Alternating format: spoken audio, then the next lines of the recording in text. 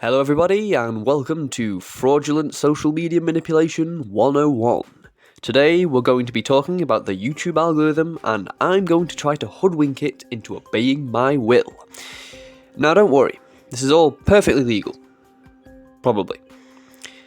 Later on in the video, I'll show you exactly how to use your newfound knowledge of the algorithm to boost your videos in the rankings, so make sure to stay tuned in for that.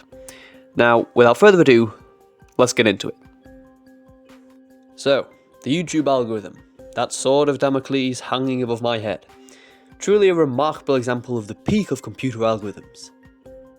Nah, just kidding, we all know what it really excels at. Recommending stuff you've already seen, burying new creators like me, and occasionally having a complete breakdown and recommending something so completely unaligned with your interests that you start to wonder if it's trying to gaslight you into liking something. Now, there is technically more than one algorithm powering YouTube. But for the purpose of this video, we're going to treat it as one system, just to keep things simple. So the algorithm's ultimate goal is to keep you on the platform for as long as possible. It does this by recommending videos in several locations. The homepage, the search results, the recommended videos column, the end screen of a video, and finally the YouTube Shorts section. The algorithm works off user feedback, i.e. clicks, likes, dislikes, comments, subscriptions, shares, watch time, and audience retention. Using this information, the algorithm generates for each user a profile that indicates what content engages them. With the help of these profiles, YouTube picks a list of several hundred candidates for recommendation. It then proceeds to rank these candidates based on how close they are to your profile, the profiles of people like you, and how popular each video is. Finally, the algorithm sprinkles in a little variety, videos from less popular channels, stuff that doesn't quite fit your profile. This helps keep your video feed from going stale. Although, whether or not this works is up for debate. Yuck. And that's that. With a few slight variations, this applies to all fields of recommendation on YouTube. So now comes the fun part. Is it possible to trick the algorithm into boosting your videos? Well, yes, there are channels dedicated to this subject, and they seem to have quite a bit of success. But most exploits from these other channels require an already substantial follower base. What I'm going to try is aimed at smaller channels. Ladies and gentlemen, I'm going to build a bot. Now, disclaimer, I'm not entirely sure this will work. The code for the YouTube algorithm is, for obvious reasons, private, and because of this, our perception of how it works is approximative. But if I'm right, small beginner channels like this one could get a decent boost from this.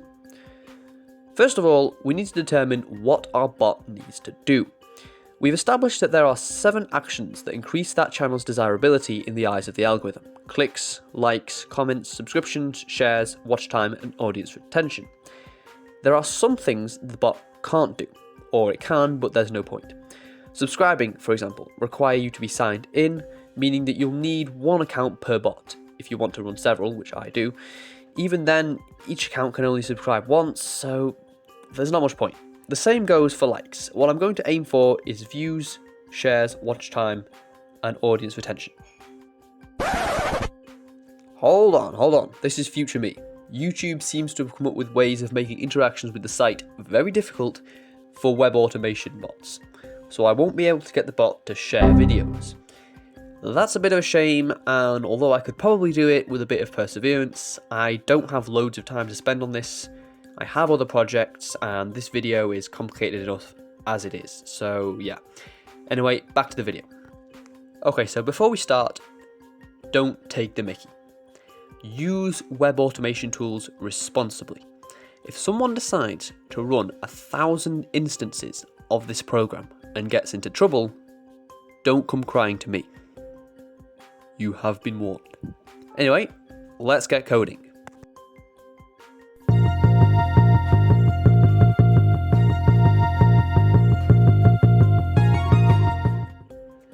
And now, the moment you've all been waiting for.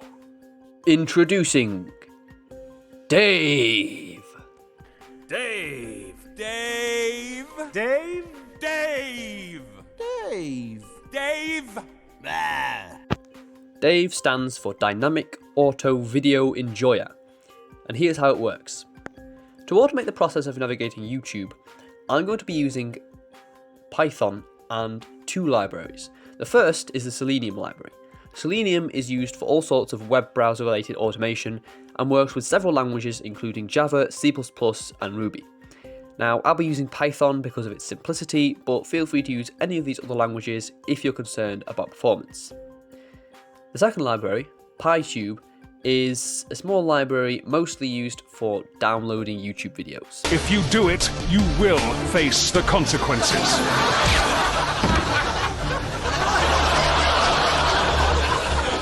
Man, these anti-piracy ads are getting really mean. Now we're done with the imports, we can get down to the main body of the code.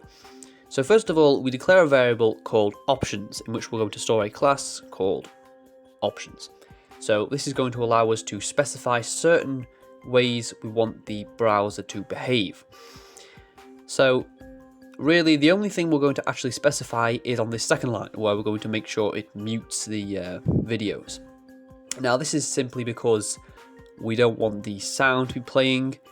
You can actually remove this if you for some reason want it to play audio, or you can just mute it manually, but having it in there is just handy and allows it to run without bothering you. Next up, we declare a variable which we call driver. Now, once again, this can be whatever name you want it to be. It's simply going to allow us to abbreviate this huge unholy mess that comes after it, so that we can simply tell the Chrome web browser to do things without having to use this full name with all the different arguments that it contains. Now we define a function called watch videos, in which, first of all, we have a list of video URLs for the bot to watch. Now, of course, you're going to want to replace these with your own video URLs because these right now are mine. Next up, we have a loop which is going to repeat once for every URL in videos. So here it will repeat 4 times. So first up in the for loop, we have a variable called video, which, like the driver variable from above, only serves the purpose of abbreviating this piece of code that comes next. Now, all you need to know about this piece of code is that it is just referring to that specific video, and that is literally it. Anyway, so the next thing is printing the video title. Now, this is...